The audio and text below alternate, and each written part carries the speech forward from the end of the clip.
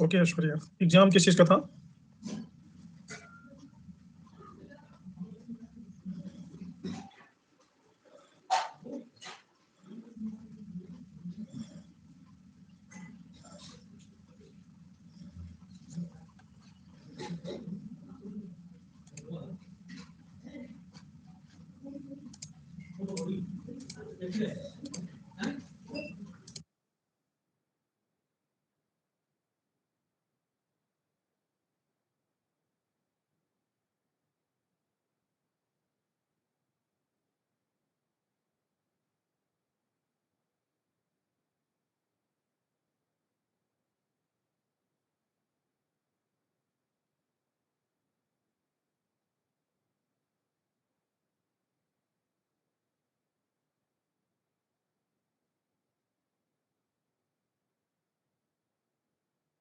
आइए इसको समझते हैं, एक मिनट।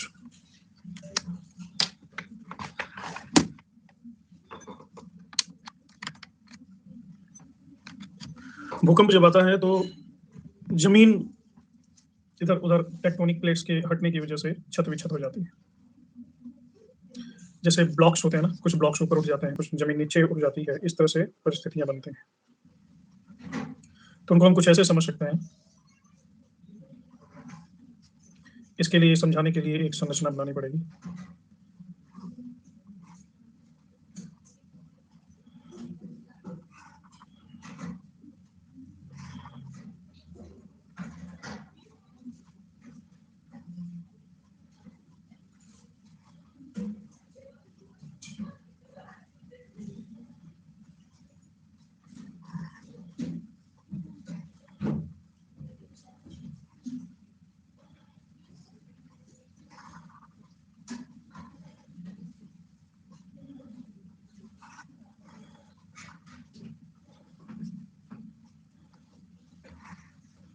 मान लीजिए जमीन का टुकड़ा है और भूकंप आया है और इस प्रकार की तब्दीली इस जमीन के टुकड़े में आई है।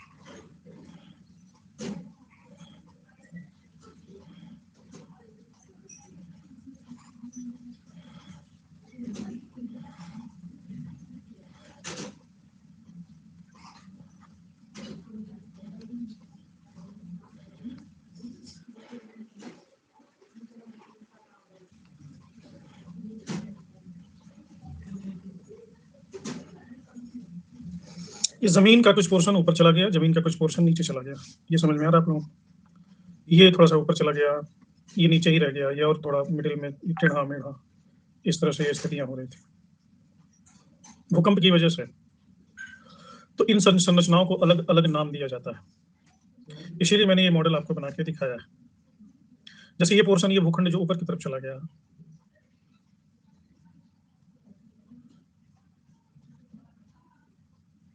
इस पूरे पोर्शन को बोलेंगे हैंगिंग वॉल ब्लॉक।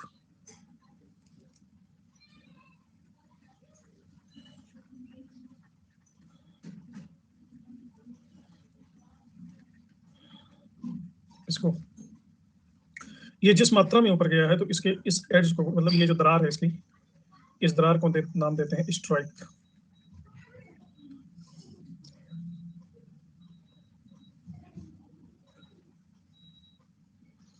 आप देख रहे हो कि साइड से भी ये नीचे की तरफ चला गया, अंदर की तरफ चला गया, जमीन साइड से अंदर,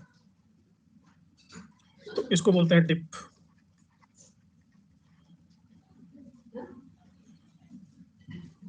ये अंदर की तरफ चला गया और ये पोर्शन बाहर की तरफ निकल गया। इस परिस्थिति को बोलते हैं रिवर्स फॉल्टिंग।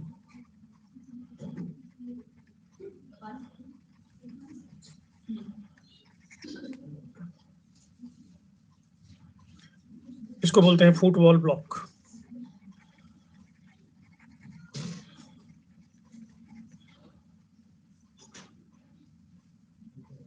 सेम यहां भी हुआ है इन दोनों के बीच। इसको बोलेंगे नॉर्मल फॉल्टिंग।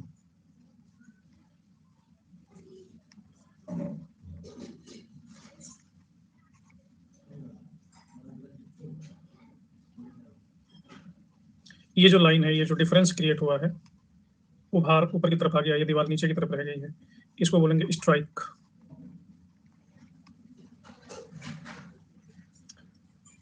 इन दोनों ब्लॉक्स की तुलना करके इसको नाम देते हैं स्ट्राइक स्लिप फॉल्टिंग।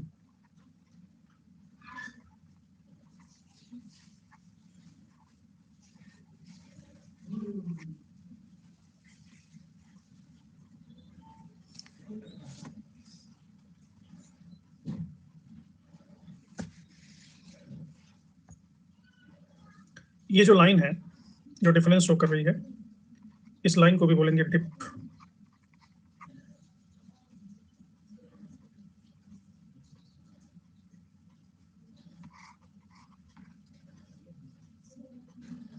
तो ये भूकंप के विभिन्न संरचनाओं का नाम है। एपिसेंटर में बताया था जो भूकंप का केंद्र होता है, डिप और स्लिप। तो इसका सही उत्तर था स्लिप। पूछ रहा है भूकंप के परिणाम स्वरूप भू विस्थापन की मात्रा को क्या कहते हैं? स्लिप। भू विस्थापन की मात्रा। अच्छा, इसमें डिप तो है, स्लिप नहीं, मैंने बताया अभी। स्लिप होता है कि टोटल कितनी जमीन एक जगह से हट करके दूसरी जगह गई। टोटल का मतलब है कि ये पूरी कंप्लीट पिक्चर, कितना भूमि विस्थापित हुआ। ये पोर्शन नीचे चला गया, ये पोर्शन ऊपर चला गया, ये साइड में चला गया, ये भी नीचे चला गया।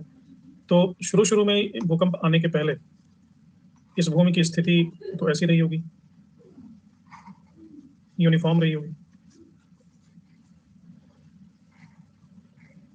तो इसी स्थिति से तो ये विस्थापित होकर के इस शेप में आया होगा। तो टोटल कितना स्ट्राइक हुआ है, कितना डिप हुआ है, इसको कहते हैं स्लिप। समझ गए?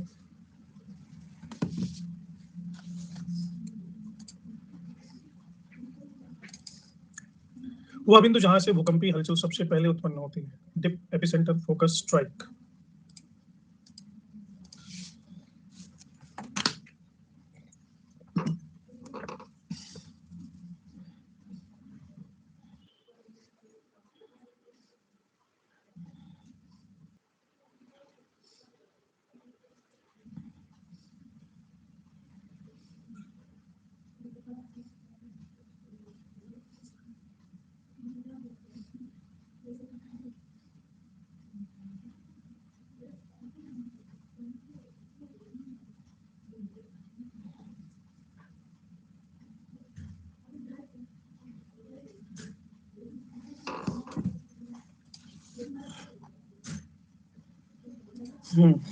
तो मैंने बताया था धरती पर भूकंप आता है जब टेक्टोनिक प्लेट्स में कोई हलचल होती है। मान लो पृथ्वी है और इस पृथ्वी पर कुछ टेक्टोनिक प्लेट्स बहुत सारी हैं, कुछ नहीं, ऐसे ऐसे एक दूसरे के ऊपर।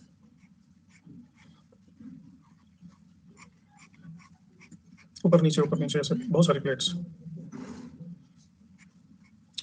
तो ये दोनों प्लेट में खिसकाव हुआ नाइक्रोम के दबाव से, यहाँ पे खिसकाव हुआ, ये दोनों प्लेट्स एक दूसरे से खिसकी, ये इस साइड चली आई और ये इस साइड चली आई, इसकी वजह से भूकंप आया। तो भूकंप का केंद्र जहां से भूकंप शुरू हो रहा है इसको बोलेंगे फोकस, क्योंकि यहीं से शुरू हुआ। और इसके ठीक ऊपर धरती जो है, यहाँ पे हलचल महसूस हुई, इसके ठीक ऊपर इसको बोलेंगे एपिसेंटर। मान लो भूकंप यहाँ शुरू हुआ हो तो इसका फोकस ये है और इसका एपिसेंटर ठीक ऊपर धरती होगा। ये मान लीजिए भूकंप यहाँ आ रहा है और तो एपिसेंटर होगा ये होगा फोकस, ये होगा एपिसेंटर।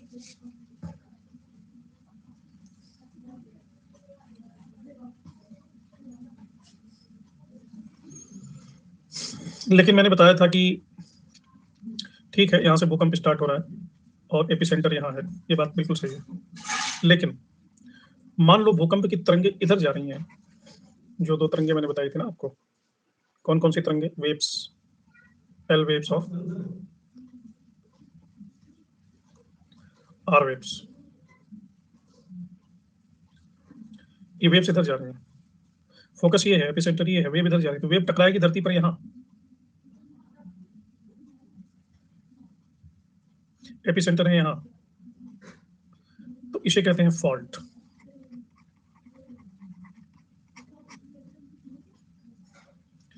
फोकस और केंद्र एक है, एपिसेंटर अलग है। समझ गए? निम्नलिखित में से कौन सा अनुक्रम भूकंप के दौरान सही प्रकार से पहले से बाद में पहुंचने वाली तरंगों का अनुक्रम दर्शाता है? पी तरंगे, एस तरंगे, सरफेस तरंगे।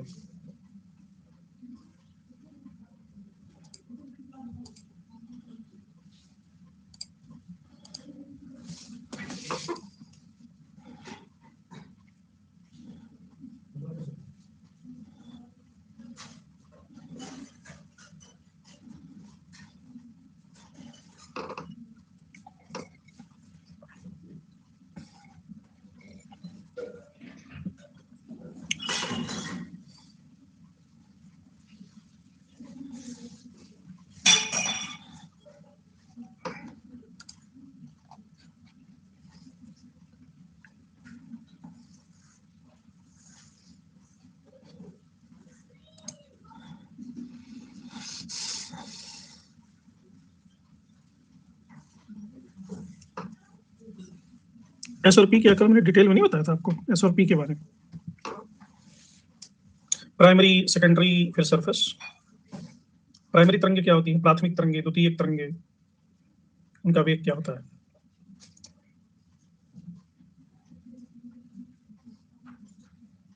कुछ तरंगे हैं जो केवल ठोस माध्यम से गुजर सकती हैं, कुछ तरंगे जो तीनों माध्यमों से गुजर सकती हैं।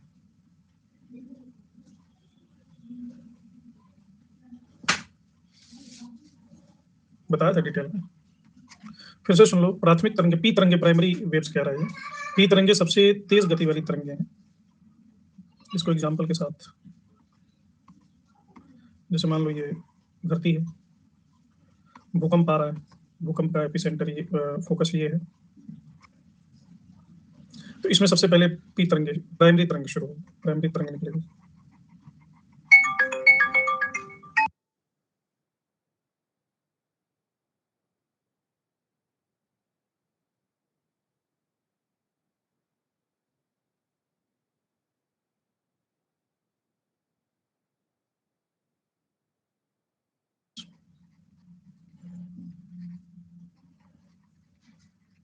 ये सबसे फास्ट होते हैं, इनका एवरेज वेग होता है 7.8 या 8 मान लो किलोमीटर पर सेकंड। और ये लिक्विड, सॉलिड, गैस तीनों में पास होती रहती है। इनकी स्पीड सॉलिड में सबसे ज्यादा होती है, गैस में सबसे कम होती है, और ये ऐसे चलती हैं, मतलब अणुओं का कंपन तरंगों की दिशा में आगे पीछे होता है। मतलब तरंग अगर इधर जा रही है तो अणुओं का कंपन ऐसे ऐसे होगा, आगे पीछे आगे पीछे आगे पीछे। ऐसे सेकेंडरी वेव्स,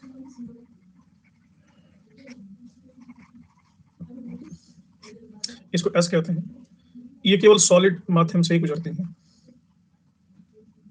तो ये बहुत दूर तक नहीं जा पाती हैं। 4 किलोमीटर पर सेकंड इनका औसत वेग होता है।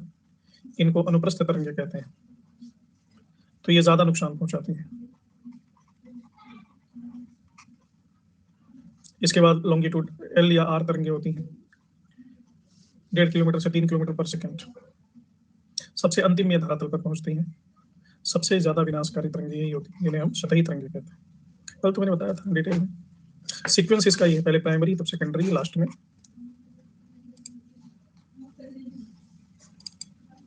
भूकंप के केंद्र का पता लगाने के लिए कितने सीस्मोग्राफ स्टेशन की आवश्यकता होती है?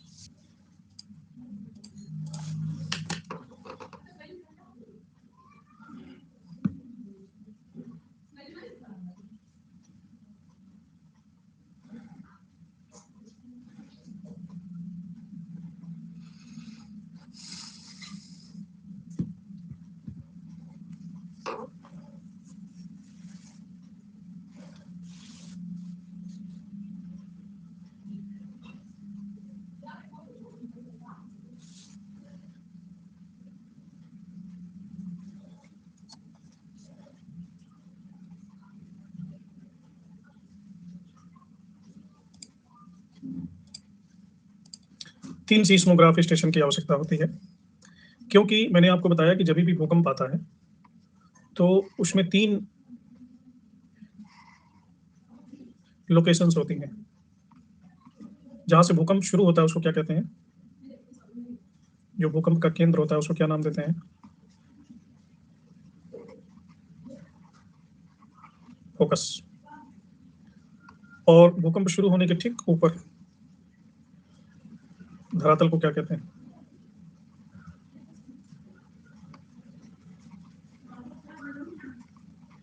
एपिसेंटर। और भूकंप की दिशा जो होती है और धरातल से जिस दिशा में जाती है, इसको क्या कहते हैं?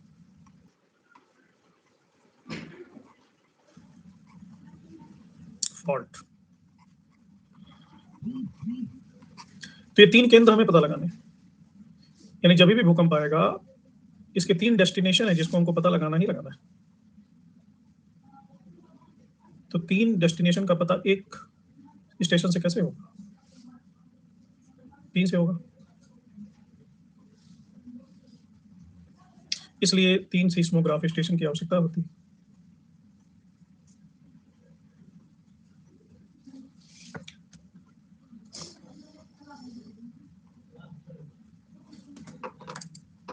पृथ्वी पर आने वाले कुल भूकंपों की तुलना में पृथ्वी की प्लेटों की सीमाओं पर स्थित भौगोलिक क्षेत्रों में आने वाले भूकंपों का अनुमानित प्रतिशत कितना है?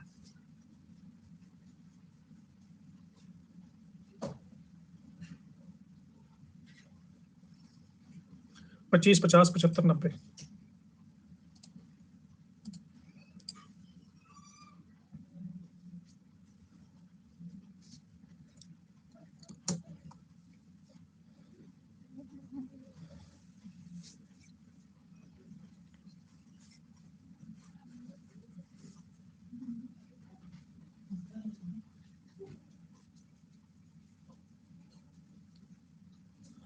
ये क्वेश्चन क्या कह रहा है, समझ में आया?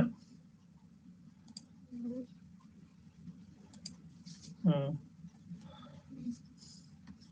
ये क्वेश्चन ये कह रहा है कि धरती है और मान लो यहां तक धरती के प्लेट्स हैं। मतलब ये जो इंटरमीडिएट एरिया है, ये धरती के हैं प्लेट्स, टेक्टोनिक प्लेट्स। तो कह रहा है कि पृथ्वी पर आने वाले कुल भूकंपों की तुलना में, यानी सतह पर जितने भूकंप आ रहे हैं, पृथ्वी की प्लेटों की सीमाओं पर स्थित भौगोलिक क्षेत्रों में आने वाले भूकंपों का प्रतिशत कितना है? यानी सतह पर कितने प्रतिशत भूकंप पहुंचते हैं और कितने प्रतिशत भूकंप अंदर ही रह जाते हैं, सतह तक पहुंचते ही नहीं है। तो 90% भूकंप अंदर ही रह जाते हैं, सतह तक कंपन उनका नहीं पता चलता है। मात्र 10% भूकंपों का ही कंपन सतह पर पता चलता है। समझ गए? ज्यादा क्या हो रहा है?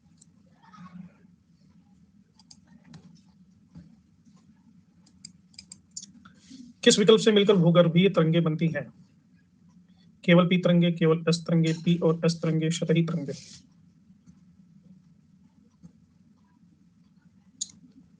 यानी भूकंप की तरंगे कौन कौन सी हैं, इसमें पूछ रहा है। एक मिनट।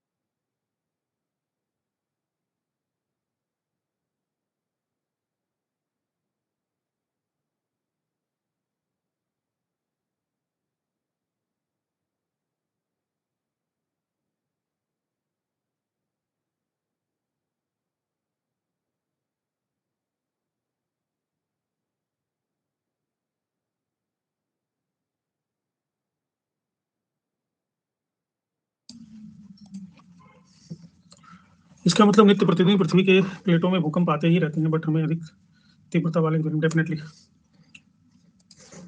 कोई बता सकता है सर से कैसे बात कर लो, संध्या रेज हैंड करो। ऐसे क्या बात है, अभी पूछ लो। सामान्य तौर पर निम्नलिखित में से कौन सी सबसे विनाशकारी भूकंप तरंगे हैं? पी, एस, सतही तरंगे, क्यू तरंगे।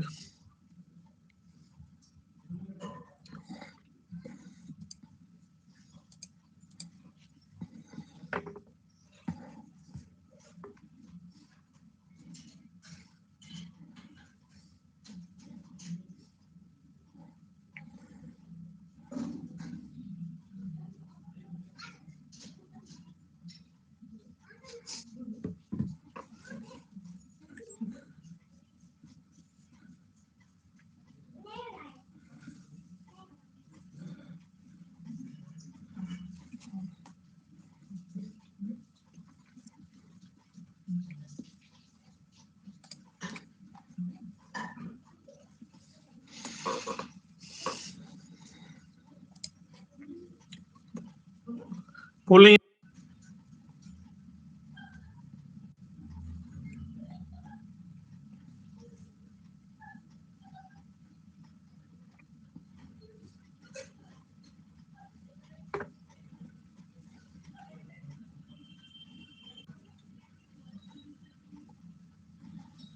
क्यू वेव कौन सी है? शॉर्ट फॉर्म की वजह से उसमें कॉन्सेप्ट क्लियर नहीं हुआ वेव्स वाले में सभी का ना, फिर से उसको समझ।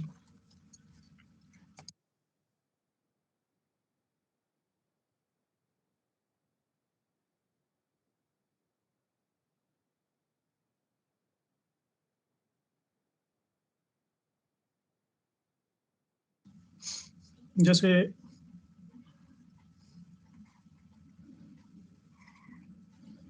ये एक जमीन का टुकड़ा है,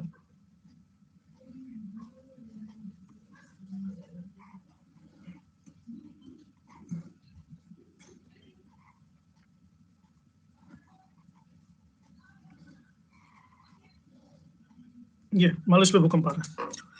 सबसे पहले तो ये समझने की जरूरत है कि भूकंपीय तरंगे 4 प्रकार की होती है।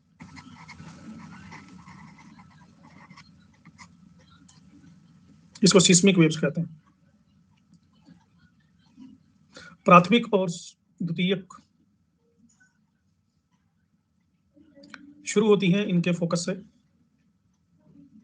और ये जब सतह पे आती है तो ये दो दो प्रकार का इफेक्ट पैदा करती है। जब अपने शुरुआती दौर में होती है तो इनको प्राइमरी और सेकेंडरी कहा जाता है, लेकिन जब परिणाम की स्थिति में आती है तो ये बन जाती है लब वेव एंड रेलिंग वेव। तो शुरू के दो वेव हैं और बाद के इनके परिणाम के दो वेव। हर वेव की प्रकृति अलग अलग है, कैसे वो प्रोपोगेट करती है, कैसे उसका परिणाम होता है। तो पहले वाले को जो शुरुआती वेव है उनको हम बोलेंगे बॉडी वेव्स।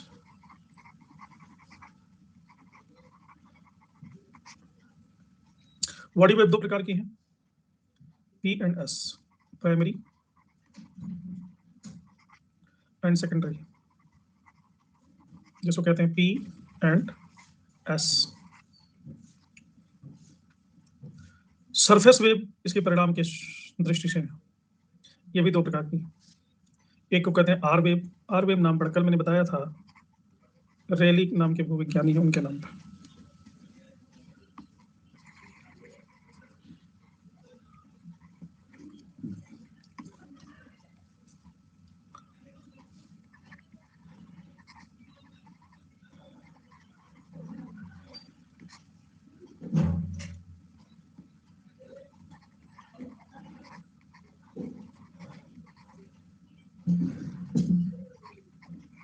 आर वेव और दूसरे हैं लब वेव। वो भी लब नाम के एक भूविज्ञानी थे, उनके नाम पे पड़ा है, उसको एल कहते हैं। तो ये शुरुआत है, ये अंत है। इतनी बात समझ में आई? इतनी पहले क्लियर कर लो, तब आगे की बात करेंगे।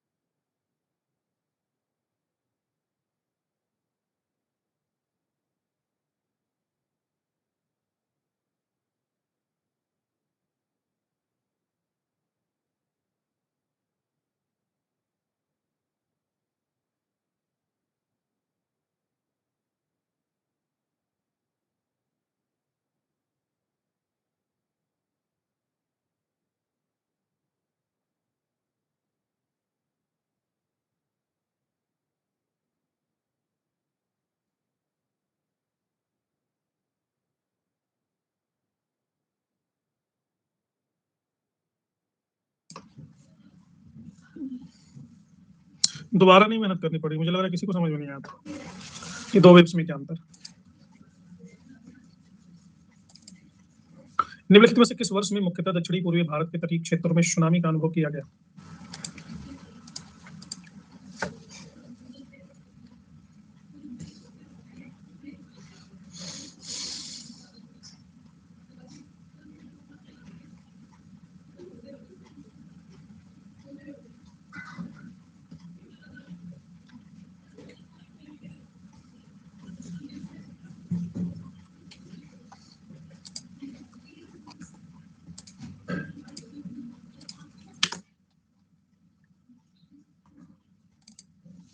ए भूकंप रिएक्टर स्केल पर 7 का आंकड़ा दर्शा रहा है, बी भूकंप रिएक्टर स्केल पर 6 का आंकड़ा दर्शा रहा है, तो ए भूकंप बी की तुलना में 10 गुना अधिक तीव्र है, ए भूकंप बी की तुलना में 100 गुना अधिक तीव्र है, ए भूकंप बी की तुलना में 16.67% अधिक तीव्र है। रिएक्टर स्केल तीव्रता के बारे में कोई जानकारी प्रदान नहीं करता है।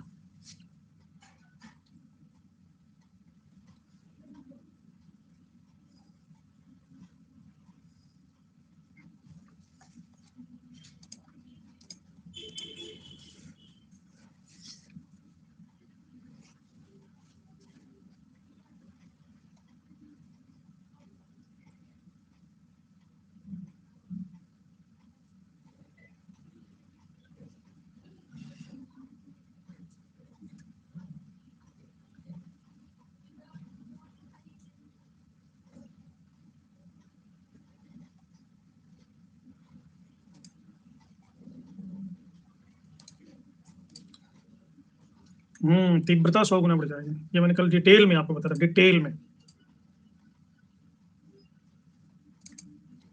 भूकंप की तरंगे जिनको अनुप्रस्थ तरंगों के रूप में जाना जाता है, उनको कौन सी तरंगे कहते हैं? प्राइमरी, सेकेंडरी, सरफेस, कोई नहीं।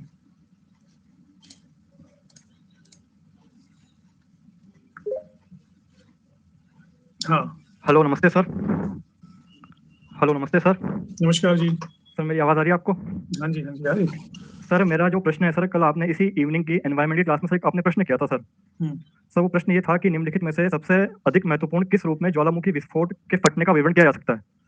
उसमें सर आपने 4 ऑप्शन दिए थे। पहला था सर मौसम में परिवर्तन, दूसरा सर था द्वीपों का डूबना, तीसरा सर था वनस्पति का नुकसान और सर चौथा था पशुओं का विलुप्त होना। इसमें सर आपने सही आंसर टिक किया था सर पहला वाला, यानी कि मौसम में परिवर्तन। सर मेरा इस संदर्भ में प्रश्न ये है कि सर जो सर विश्व के सर ज्वालामुखी अलग अलग सर, जैसे कि फ्यूजियामा जो जापान के अंदर है, और सर मोनोलुआ जो हवाई द्वीप के अंदर है, और सर जो एंगुंग नाम का ज्वालामुखी बाली द्वीप में सर। तो सर जो ज्वालामुखी सर जब किसी भी विश्व के अंदर सर जब फटता है सर, उसका जब लावा बाहर आता है सर, तो सर उसमें मौसम में परिवर्तन के साथ साथ सर द्वीप भी डूबते हैं और सर वनस्पति का नुकसान भी होता है, और सर जो उस लावे की जद में आता है सर, जो निकलता है ज्वालामुखी से बाहर सर, वो भी सर उसमें समा जाता है सर। तो सर जो ये ऑप्शन है सर पहला वाला कि मौसम में परिवर्तन, सर क्या ये इसलिए सही है क्या क्योंकि सर वो जो गुबार की स्थिति बनती है ज्वालामुखी के फटने से पहले, इससे अनुमान लगा लिया जाता है कि ये ज्वालामुखी जो है अब फटने की स्थिति में आ चुका है। और सर फिर गाइडलाइन जारी कर दी जाती है आसपास के क्षेत्र में, या जो भी सर प्रशासनिक व्यवस्था होती है कि उनको सर मतलब उस ज्वालामुखी के सर जो आसपास के घर है उनको बाहर निकाल दिया जाता है वहां से, ताकि जनहानि ज्यादा ना हो। इस बारे में सर बताएं प्लीज। हाँ जी आदित्य जी, आपको याद होगा कि यही प्रश्न ठीक आपने पिछली बार भी किया था, मुझे याद है आपको? सर मैं तो पहली बार पूछा हूँ मेरे अनुमान से तो। नहीं, यही प्रश्न आपने पिछली बार भी किया था। सबसे पहली बात यह है कि ज्वालामुखी जब फटती है तो ये निश्चित रूप से एक प्रदूषण है, इसमें तो कोई संदेह ही नहीं, ये प्रदूषण है, और ये लाखों करोड़ों टन प्रदूषण, मीट्रिक टन प्रदूषण क्रिएट करता है। जिस इलाके में ज्वालामुखी फटती है उस इलाके में कभी कभी तो हफ्तों तक, कभी कभी महीनों तक धूप नहीं निकलती, क्योंकि ये जो धुआं निकलता है ये बादल बन करके मंडराता रहता है उस पूरे इलाके में। विशुवियस जैसी ज्वालामुखियों का रिकॉर्ड है कि जो बहुत पहले फटी थी, उसने पूरा का पूरा पोम्पेई शहर था, पोम्पेई शहर, उस पोम्पेई शहर को ही नष्ट कर दिया विशुवियस ने। तो वो शहर फिर बसा बाद में, लेकिन लाखों लोग मारे गए। ज्वालामुखी इरप्ट होने के तरीके हैं, मतलब ऐसा नहीं है कि 2 तरीके हैं। एक तो कभी कभी वो लावा छोड़ना शुरू कर देता है पहले से ही, तो ऐसी स्थिति में तो पता चल जाता है कि ये ज्वालामुखी फटेगा। लेकिन एक स्थिति ऐसी भी आती है कि जब अचानक से होता है, अचानक से, तो ऐसी स्थिति में वो फेटल हो जाता है, वो पता ही नहीं चलता है कि ज्वालामुखी फटेगा कि नहीं फटेगा। ये दोनों स्थितियां हैं। लेकिन ज्वालामुखी से क्या होता है कि बहुत सारी जहरीली गैस निकलती है। जैसे कभी कभी आप मूली के पराठे खा लिए और मीटिंग में बैठ गए, 2-3 दिन से कब्ज हुआ है, उसके बाद आपकी जब ज्वालामुखी फटेगी तो उन मीटिंग के लोगों का क्या हाल होगा। ऐसे ही पृथ्वी की भी फटती है तो उसमें पर्यावरण का क्या हाल होता है, उसकी कल्पना नहीं की जा सकती। जो लावा पैदा होता है बेसिकली वो मेटल होता है, उसमें मेटल बहुत सारा होता है। दैट इज नॉट ओनली मिट्टी, और ये मेल्टेड मेटल होता है, निकेल, क्रोमियम, ब्रोमियम और ये आर्सेनिक, बहुत सारे। ये लावा जहां जहां से गुजरेगा आसपास के क्षेत्रों को, वहां की वनस्पतियों को तो नष्ट कर देगा और वहां की पृथ्वी को रेगिस्तान में कन्वर्ट कर देगा। तो ये दोनों स्थितियां होती हैं, समझ गए? Yes sir. और कोई प्रश्न? सर मेरा सेकंड क्वेश्चन सर, जो सर समुद्र तल से सर जो दूरी होती है सर स्टेशन की, उसके बारे में सर। सर जैसे कि जो भारत के सर जो अलग अलग स्टेशन है सर, उसमें सर जो स्टेशन पर सर जो मुख्य पट्टी होती है सर स्टेशन की, जिसका नाम होता है सर, उसके जैसा लिखा होता है कि समुद्र तल से ये स्टेशन इतना ऊंचा है सर। समुद्र तल से स्टेशन ऊंचा है या प्लेस? सर हाँ सर, वो प्लेस सर। प्लेस ऊंचा, हाँ। सर मेरा इस संदर्भ में प्रश्न ये है कि सर क्या सर ये जो एक सर मापने की इकाई है कि सर जो दक्षिण का जो कन्याकुमारी का सर एरिया है, उससे लेकर सर जब हम उत्तर में चलते हैं सर ठीक ऊपर जम्मू कश्मीर तक, तो सर उस हिसाब से समुद्र तल से सर उस प्लेस की दूरी को मापा जाता है कि कितना ऊंचा जा रहा है। अगर सर हम बात करें सर, अगर कन्याकुमारी हो सर चाहे राजस्थान का कोई सर स्टेशन हो, या सर मुंबई हो या सर उड़ीसा, मतलब सर ऊपर बढ़ते क्रम में सर जो अलग अलग सर जो परिवर्तन आता है सर, अगर सर ये सर एक अलग तरह से सर एक मेजरमेंट होगी सर, जो जितना सर पास में है समुद्र के सर, जैसे मुंबई है सर, मुंबई सर बिल्कुल सर एक ऐसा एरिया है सर कि सर वो बिल्कुल पास में सर समुद्र के, तो सर उसकी सर दूरी बिल्कुल समुद्र से पास ना नाप करके एकदम सर ये जो नीचे से ऊपर नापने की सर जो ये इकाई सर इजाद की है सर इसका क्या कारण है सर, ये बताएं सर प्लीज। मैं क्वेश्चन नहीं समझ पाया कि समुद्र तल से जो दूरी नापते हैं वो एक्यूरेट है कि नहीं है, या समुद्र तल का क्या अर्थ है इसमें, ये पूछना चाह रहे हो? सर मेरा क्वेश्चन ये है कि सर जो सर अभी पारंपरिक सर जो समुद्र तल से सर प्लेस की सर जो दूरी नापने की सर इकाई है सर, हाँ, वो सर दक्षिण से उत्तर की तरफ है, यानी कि सर जो एक तो सर कोई दक्षिण के पास है सर समुद्र तल के कोई स्टेशन है सर प्लेस, उसकी दूरी सर बनस्पत कम होगी, और सर जो जम्मू कश्मीर में मान लीजिए सर कोई स्टेशन है सर या प्लेस है सर, उसकी सर दूरी बहुत ज्यादा होगी सर। मेरा सर क्वेश्चन ये कि सर जैसे कि सर कुछ कुछ एरिया ऐसे हैं, जैसे कि सर मुंबई है सर, वो सर बिल्कुल समुद्र से पास वाला सर एरिया है सर।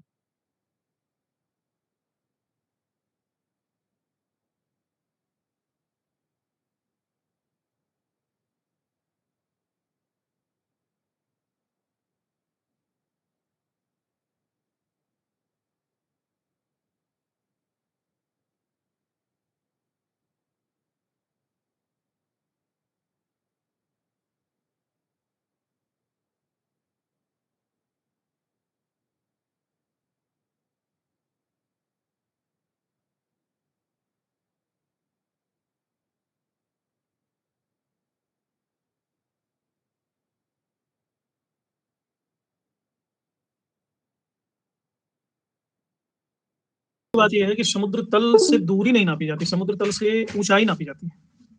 आप ये कह रहे हो कि क्या उत्तर की तरफ का मेजरमेंट अलग होता है, दक्षिण के जो समुद्र के तटवर्ती इलाके हैं उनका मेजरमेंट अलग होता है? तो इसके लिए प्रत्येक देश में अलग अलग मापदंड है।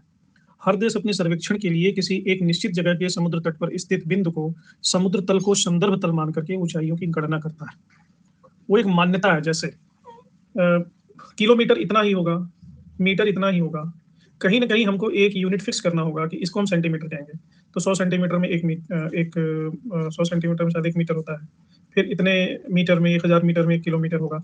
एक जगह आपको काल्पनिक रूप से फिक्स करना होगा। तो भारत में ऊंचाइयां, साउथ इंडिया में खासकर जो ऊंचाई मानी जाती है, मापी जाती है, वो चेन्नई के समुद्र तट से मापी जाती रही है। तो ये जो मापन की शुरुआत हुई है चेन्नई से समुद्र तट को, उसको कहते हैं ग्रेट आर्क सर्वे।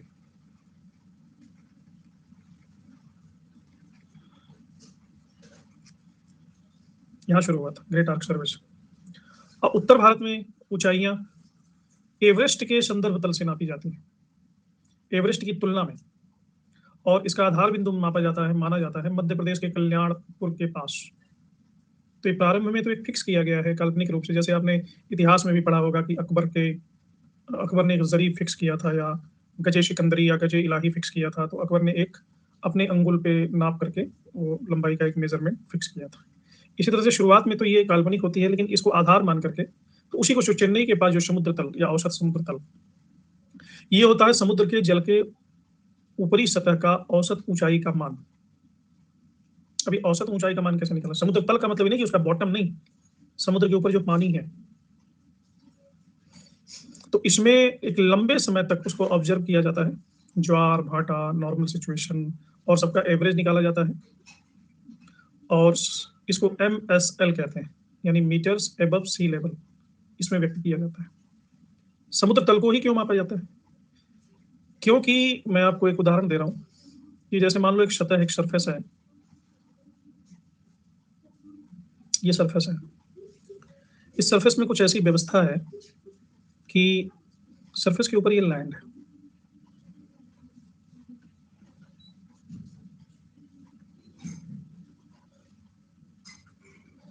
इस तरह से, और इस जैसे धरती के अंदर पानी भरा हुआ है ना, तो इस सरफेस के अंदर भी यहाँ पे वाटर भरा हुआ है, उदाहरण के लिए।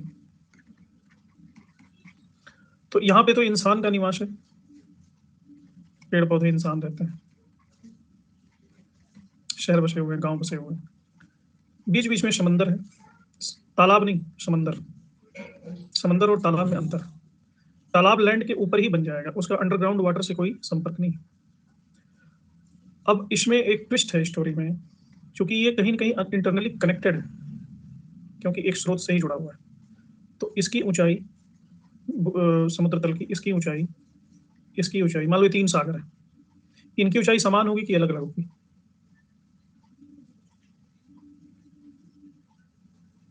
समान होगी। क्यों समान होगी? क्योंकि ये एक ही स्रोत से जुड़े हुए, एक ही स्रोत से जुड़े हुए। पूरे धरती में मैं कह रहा हूँ कि 7 महासागर हैं, एक हिंद महासागर है, प्रशांत महासागर है, गंगा सागर है, अटलांटिक सागर है, ये सागर है, महासागर की बात कर। ये महासागर कहीं कहीं डिमार्केटेड नहीं है, वो जुड़े हुए हैं। पूरे ग्लोब को आप देखोगे तो महासागर कनेक्टेड, इंटरकनेक्टेड। हिंद महासागर और प्रशांत महासागर को आप अलग नहीं कर सकते, जैसे ये इंटरकनेक्टेड है। तो इसीलिए समुद्र तल मापा जाता है, समुद्र तल को एक मापन के रूप में यूज किया जाता है।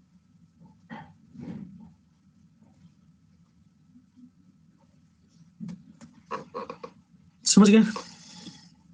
और कोई प्रश्न नहीं?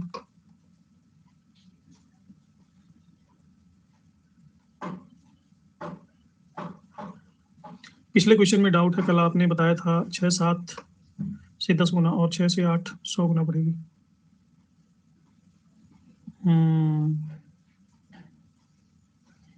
बात तो तुम्हारी बिल्कुल सही है, पिछला क्वेश्चन गया कहाँ?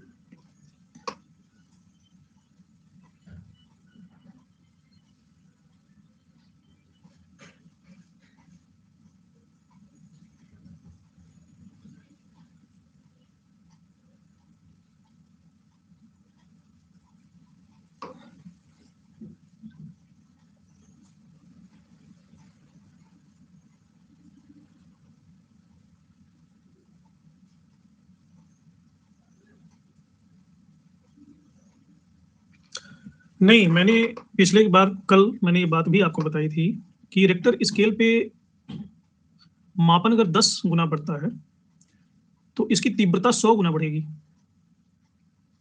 ये बताया था।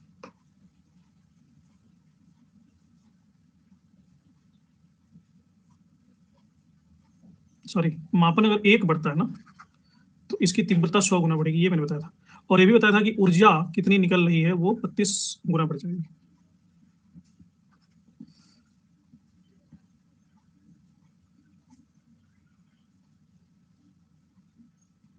समझ गए?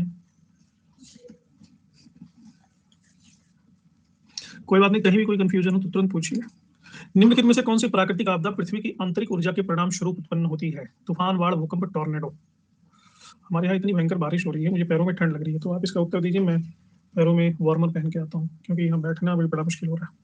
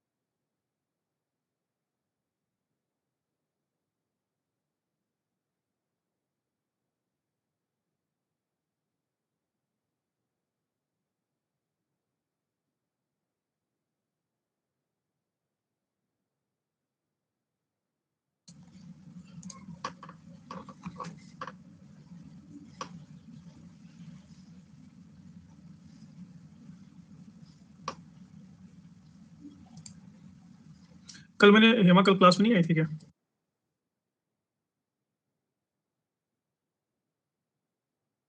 कल मैंने इशारा बताया था टॉर्नेडो क्या होता है।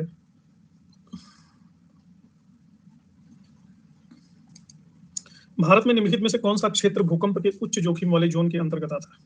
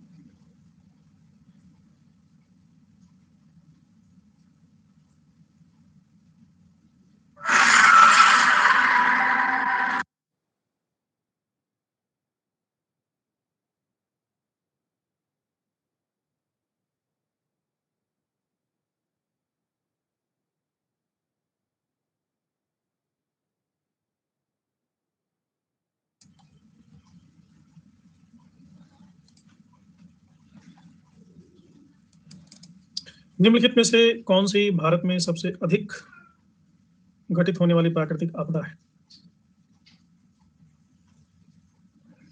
इसको ऐसे कर दो, सबसे अधिक घटित होने वाली नहीं, सबसे अधिक विनाशकारी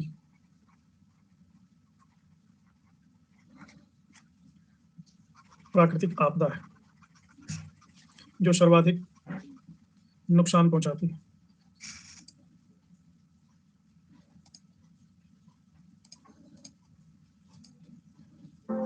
Scientists use an instrument.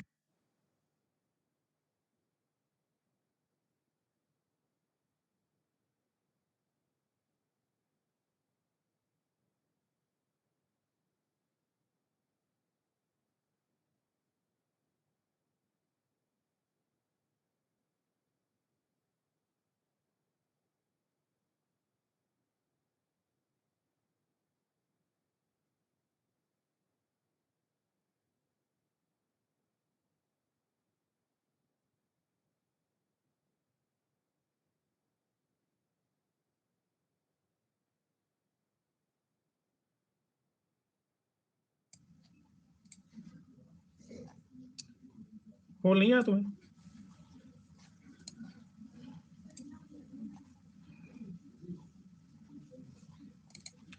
निम्नलिखित में से कौन सा विकल्प भूकंप से संबंधित नहीं है? Focus, epicentre, seismograph and crater.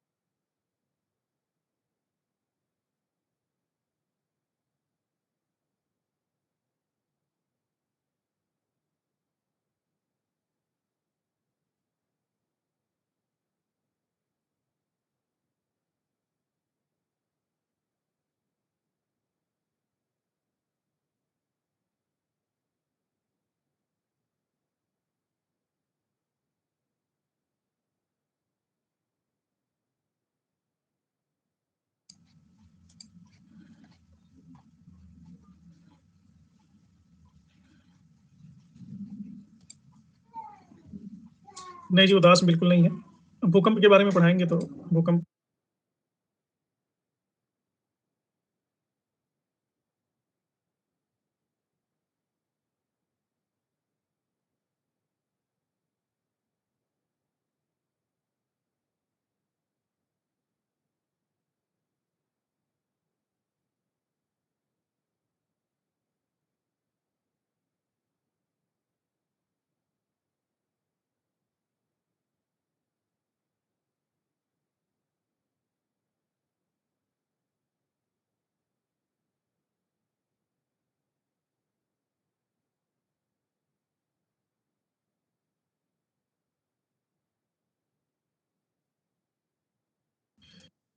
निम्नलिखित में से किन प्राकृतिक घटनाओं के मुख्य कारक और तत्व सौर ऊर्जा है? वर्षा, पवन, पृथ्वी पर विभिन्न इरोजन प्रक्रियाएं, सभी।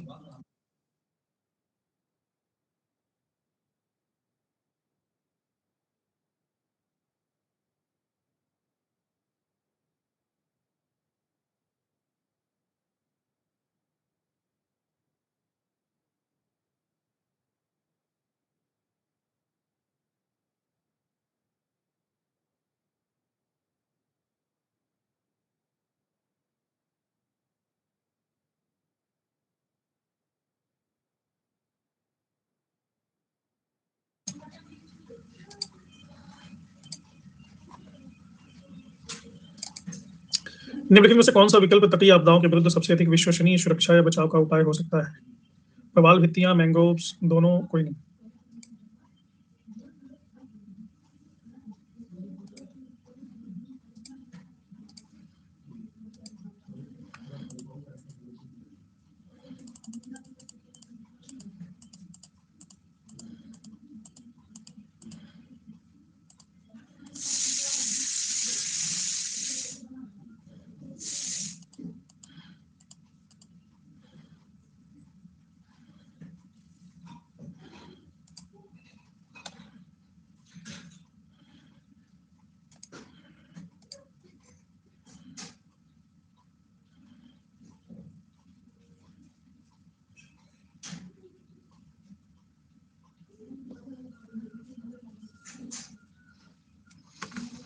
इंग्लिश लिटरेचर, नहीं, मेरे उदासी का कारण वो नहीं है, मेरे उदासी के कारण दो हैं। एक तो मेरा परिवार मेरे साथ नहीं है अभी, और दूसरा मैं अपने कार्य क्षेत्र से दूर।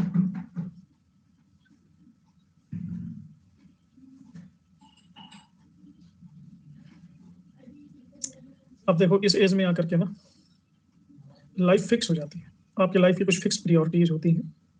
अभी जब 35-40 के हो जाओगे तो फिर वो इधर उधर जाना, इधर जाना, जो आपका रूटीन है और जिससे आपको ब्रेड एंड बटर मिल रहा है, आप पसंद करोगे कि उसे विचलित ना हो, क्योंकि बाह्य संसार का आकर्षण तो समाप्त हो गया। सब कुछ पता ही है, धरती गोल घूमती है, सूरज का चक्कर लगाती है, whatever the attraction in outer world. So for the time being, if you have to go away from your routine life is not just merely a routine. Routine life means like a machine, जैसे train देखा चलते हुए, पूरी machine पूरे चलती है अपने raw में, बैलेंस। तो उसके वो चलने का मजा है, पहुंचने का मजा नहीं है, चलने का मजा है। तो जीवन में एक पड़ाव ऐसा आता है कि आप अपने नॉर्मल फंक्शनिंग को एंजॉय करते हैं। आपाधापी, भाग दौड़, डी स्टेशन होना, ये अच्छा नहीं लगता। नॉर्मल जो फंक्शनिंग है, you just enjoy your routine life, like get up early, yoga, family, teaching, lectures, college, students, colleagues, friends, nothing new in it, and things are in chorus. Chorus चल रहा है, तो ये सालों से बना हुआ है। अब सालों के बाद ये for the time being, for 1 month और 15 डेज, जब इस कोरस से आप बाहर आते हैं तो लगता है कि समथिंग इज मिसिंग।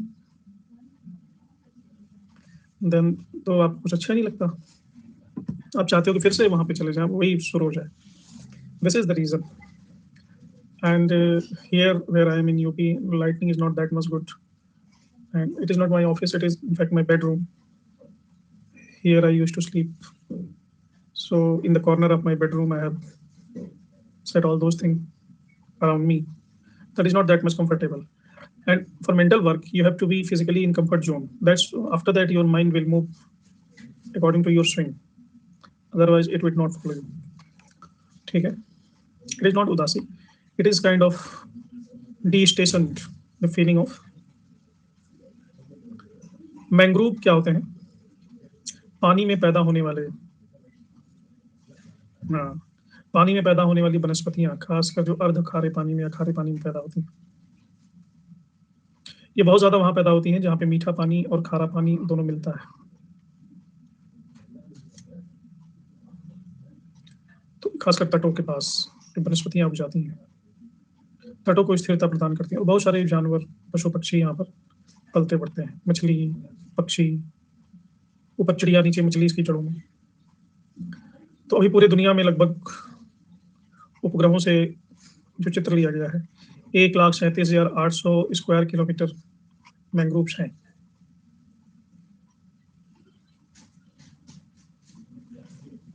नहीं, बात नहीं, देखो, Unacademy is within the home.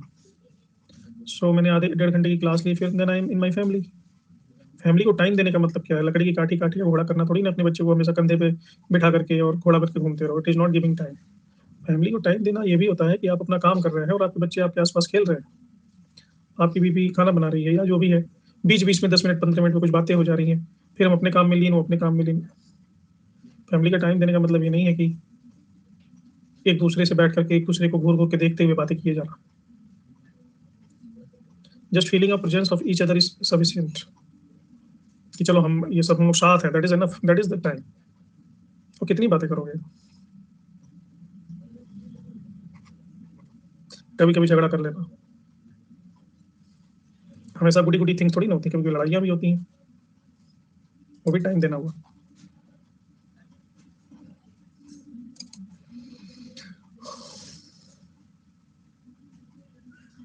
भूस्खलन के संदर्भ के प्रयोग में किया गया शब्द, जो कि मूल रूप से गुरुत्वाकर्षण के प्रभाव के तहत भू सामग्री के नीचे की ओर संचलन से संबंधित है, उसको क्या कहते हैं? मास वेस्टिंग, मास ट्रैकिंग, मास ट्रांसफर, कोई नहीं।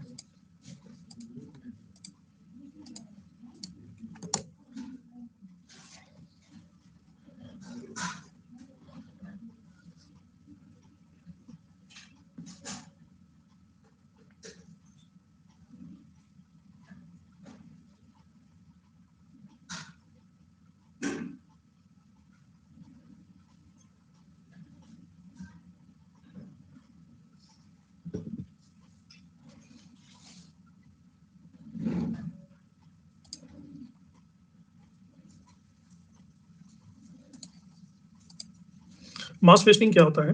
कहीं कहीं आपने ऐसी संरचना देखी होगी कि ये लैंड है ना, तो कुछ लैंड नीचे की तरफ धंस गया है, ऑटोमेटिकली नीचे की तरफ धंस गया है due to influence of gravity. तो mass wasting is the movement of rock and soil down slope under the influence of gravity. वही पूछ रहा है, भूस्खलन कहते हैं ना, लैंड एवलांच, गुरुत्वाकर्षण के प्रभाव में। और अभी मैंने जो यहाँ पे आपको शुरुआत में बताया था, ये भी देखो, यहाँ पे भूस्खलन हो रहा है कोई, लेकिन कुछ ऊपर उठ जा रहा है, कुछ साइड में हो जा रहा है। इट इज ऑल्सो मास, बस इसको मास वेस्टिंग नहीं कहेंगे, क्योंकि ये किसके प्रभाव में हो रहा है?